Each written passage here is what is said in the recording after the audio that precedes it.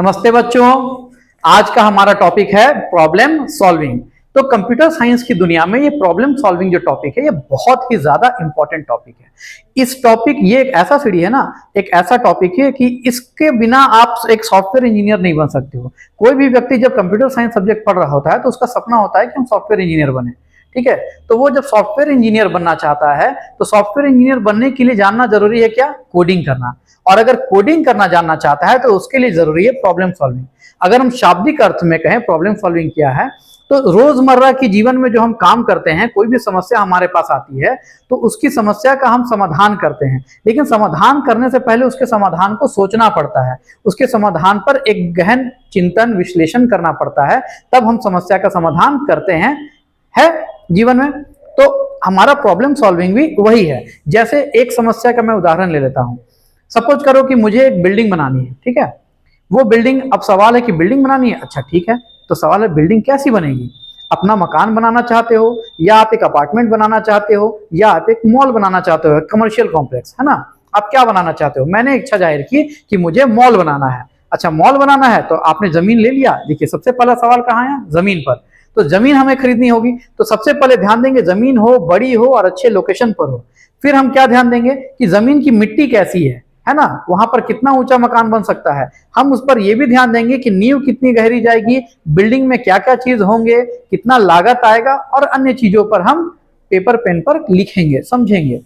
फिर उसके बाद जब पेपर पेन पर सारी बातें लिख ली जाएंगी तो उसे हमें बार बार एक कहानी की तरह ना पढ़ना पड़े, हम उसके लिए बिल्डिंग का नक्शा बनवाते हैं। और नक्शा में बहुत कुछ स्पष्ट हो जाता है, और जैसा नक्शा बनता है हूबहू वैसा ही बिल्डिंग बनता है। नक्शा से अगर अलग गया, कुछ भी गलत बनता है, तो इसका मतलब कि वो गड़बड़ हो रहा है। और अगर नक्शा के मुताबिक बना और गड़बड़ हो गया तो इसका मतलब हमारा नक्शा ही गड़बड़ था। तो ये जो शुरुआत में जमीन से लेकर के बिल्डिंग के बारे में जो सोच आया, उसके बाद वहां बिल्डिंग कैसी होगी, क्या क्या होगा उसमें, बिल्डिंग का नक्शा, ये जो बीच का ये जो स्टेप है बिल्डिंग बनने से पहले वाली बात, यही है हमारा प्रॉब्लम सॉल्विंग। तो आइए थोड़ा सा हम इसको सॉफ्टवेयर से जोड़कर देखते हैं।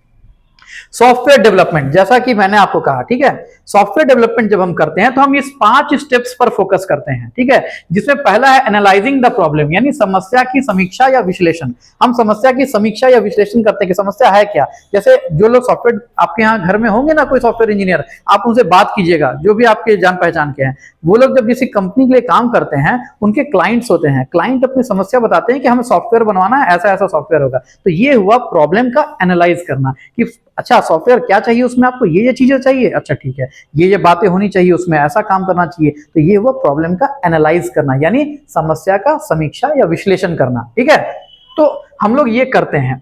उसके बाद क्या करते हैं, हमारा पार्ट है डेवलपिंग एन एल्गोरिदम, ये वाला पार्ट। एल्गोरिदम, एल्गोरिदम क्या होता है? तो बच्चों एल्गोरिदम डेवलप करना। एल्गोरिदम होता क्या है? ठीक है, एल्गोरिदम बोलते हैं writing step by step process. क्या? स्टेप बाय स्टेप, यानी कि हर प्रोसेस को राइटिंग करना। Writing step by step process कैसे? बस using pen and paper, using pen and paper. Pen on paper की वजह से कैसे, किस लैंग्वेज में? In own language, in own language. बस अपनी भाषा में आप लिखेंगे। आप कैसे करेंगे? आप पेन पेपर में इसको अपनी भाषा में लिखेंगे। अपनी भाषा में आप लिखिए, आप जैसे लिखते हैं, ठीक है, अपनी भाषा में आप अपनी पॉइंट वाइज, एक एक पॉइंट, 2 पॉइंट, 3 पॉइंट, ऐसे पॉइंट वाइज लिखिए कि आपको इसमें क्या क्या चीजें चाहिए, क्या करना है, कैसे करना है, किस स्टेप के बाद कौन सा स्टेप होगा। ये सारी बातें जब आप लिखते हैं तो वही कहलाता है हमारा एल्गोरिदम। ठीक है, तो एल्गोरिदम लिखने का ना कई तरीका है। तो हम लोगों ने यहां बात किया कि एल्गोरिदम डेवलप करेंगे। एक तो होता है कि एल्गोरिदम जो मैंने आपको बताया उस प्रकार से लिखना, स्टेप बाय स्टेप प्रोसेस को पेपर पेन पर लैंग्वेज में लिख लेना। दूसरा एक तरीका होता है फ्लो चार्ट, फ्लो चार्ट के माध्यम से। तो फ्लो चार्ट क्या होता है? फ्लो चार्ट क्या होता है भाई? फ्लो चार्ट का मतलब हुआ ग्राफिकल या विजुअल रिप्रेजेंटेशन। क्या चीज का? क्या चीज का? ऑफ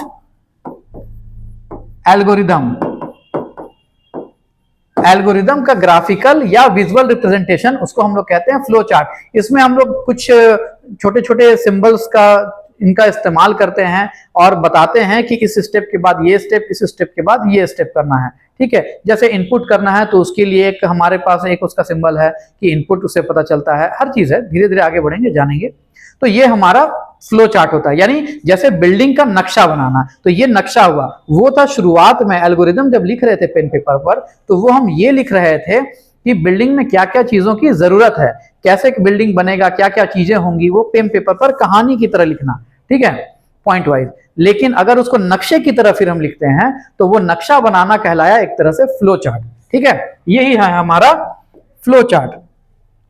तो हमारे पास है एल्गोरिदम बनाना, जिसमें एल्गोरिदम है, फ्लो चार्ट है, और तीसरा है स्यूडो कोड। अब स्यूडो कोड क्या है भाई, कुछ अलग चीज है क्या? स्यूडो कोड कुछ अलग नहीं है। स्यूडो कोड एक ऐसे कोड होते हैं, आम कोड होते हैं, जो कि बोल चाल में हम अभी यूज कर लिए, लेकिन कोडिंग लैंग्वेज में वो कोड यूज नहीं होते। वो कोडिंग कोड नहीं है, ठीक है, वो कोडिंग लैंग्वेज वाले कोड नहीं है। वो कैसे कोड है? वो ऐसे कोड हैं जो कि नॉन फॉर्मल लैंग्वेज पर हैं, जो डेवलपर अपनी सहूलियत के हिसाब से यूज करते हैं। जैसे इनपुट करना है, मैंने लिख दिया इनपुट, ठीक है, मैंने क्या लिख दिया इनपुट। आउटपुट करना है, मैंने लिख दिया आउटपुट। कंप्यूट करना है, वहां पर कैलकुलेट करना है, मैंने लिख दिया कंप्यूट, ठीक है। प्रोसेस लिख दिया, कोई भी शब्द मैंने कोई यूज अगर ये किया कोई शब्द, तो ऐसे ऐसे जो कोड्स होते हैं छोटे छोटे, जिनको हमने अपनी सहूलियत के लिए लिखा है, वही होते हैं क्या, हमारे स्यूडो कोड्स, ठीक है। उनको कहते हैं हम लोग स्यूडो कोड्स। तो बच्चों यहां पर हमने तीन चीज जाना कि एल्गोरिदम डेवलप करने में हमें एल्गोरिदम लिखने आना चाहिए। कैसे? पेन पेपर पर, जैसे हम आमतौर पर लिखते हैं, कोई कहानी लिखते हैं, कोई भी छोटी बातें लिखते हैं, अपने स्टाइल में लिखिए। कोई इसमें ये नहीं है, किंतु परंतु नहीं है कि आपको ऐसा ही लिखना है, उसमें ये चीजें होनी चाहिए, इसमें सिंटैक्स एरर हो गया, इसमें ये हो गया, कोई एरर नहीं। ये बस आपकी सहूलियत के लिए आप लिखेंगे, ठीक है। और फ्लो चार्ट यानी कि नक्शा बनाना, एक तरह से विजुअल रिप्रेजेंटेशन, और विजुअलाइज किया हुआ कोई भी चीज बहुत अच्छे से याद हो जाता है ना। तो कभी भी कोई भी अगर बना रहा होता है सॉफ्टवेयर डेवलपर, अगर कभी भी कोई सॉफ्टवेयर डेवलपर अगर सॉफ्टवेयर डेवलप कर रहा है, तो वो फ्लो चार्ट की मदद से ही करता है, और ये फ्लो चार्ट एल्गोरिदम पर बेस्ड है। तो अगर मान लो कि सॉफ्टवेयर डेवलपर से कोई गलती हो गई और उस गलती को सुधारना है, सॉफ्टवेयर में कोई गलती है, तो वो यहां से सीधा यहां उठ के जाएगा, क्योंकि उसका बेस फाउंडेशन ये है। एल्गोरिदम पहले सुधारेगा, और जब एल्गोरिदम सुधरेगा तो वो फ्लो चार्ट को सुधारेगा, और जब फ्लो चार्ट सुधरेगा तभी उसका सॉफ्टवेयर सुधर सकता है, ठीक है। तो इन चीजों से मिलकर के होता है हमारा ये प्रॉब्लम सॉल्विंग वाला पार्ट जो हम पढ़ेंगे। इसके बाद प्रोसेस आता है कोडिंग का। उसके बाद कोड को हम लोग टेस्ट करते हैं कि कोड सही चल रहा है या नहीं चल रहा है। कुछ गड़बड़ निकलता है उसमें, यानी बग, कुछ कमियां, बग्स अगर फाइंड होते हैं, उसमें कोई त्रुटि मिलती है, तो उस त्रुटि को सुधारते हैं, जिसको कहते हैं डिबगिंग। अगला प्रोसेस है डिबगिंग, और जब डिबगिंग हो जाता है फिर से टेस्ट करेंगे, फिर गड़बड़ होगा, फिर ठीक करेंगे। यानी ये प्रोसेस तब तक चलेगा जब तक पूरी तरह से वैसा ना हो जाए जैसा हम चाहते हैं। जब बन गया, कोडिंग हो गया, तब हमारा सॉफ्टवेयर डेवलपमेंट की ओर बढ़ गया है, फाइनल स्टेप की तरफ बढ़ गया है, ठीक है। तो हमें अभी इन तीनों पर पहुंचने से पहले हमें ये पढ़ना आवश्यक है, प्रॉब्लम सॉल्विंग। और बच्चों हो सकता है कि आप जब प्रॉब्लम सॉल्विंग पढ़ रहे होंगे तो वहां पर छोटे छोटे कोड्स के भी एग्जांपल मैं दूंगा आपको, इसलिए ताकि आप अपने प्रॉब्लम सॉल्विंग और जो पार्ट है एल्गोरिदम फ्लो चार्ट, उसको कोड से मैच करके देख पाए। छोटे छोटे दूंगा एग्जांपल के लिए, जिससे आप समझ पाए कि अच्छा ये तो बड़ा आसान था, ये तो बिल्कुल हूबहू मिलता है, बस यहाँ पर सिंटैक्स का ध्यान देना पड़ता है। कोडिंग में यहाँ कोई सिंटैक्स नहीं है, यहाँ बस हमें एक फ्लो में बढ़ना है, एक स्टेप बाय स्टेप प्रोसेस लिखना है। आप स्टेप अगर सही लिख लिए तो आपको कोडिंग, कोई ताकत नहीं है जो आपको कोडिंग सीखने से रोक सकता है, ठीक है।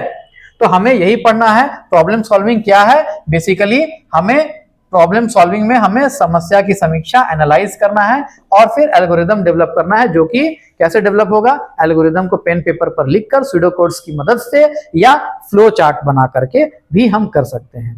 तो ये आज का क्लास यहाँ पर प्रॉब्लम सॉल्विंग का एक बेसिक इंट्रोडक्शन पार्ट हमारा समाप्त होता है। आशा करता हूं आप सभी को समझ में आया।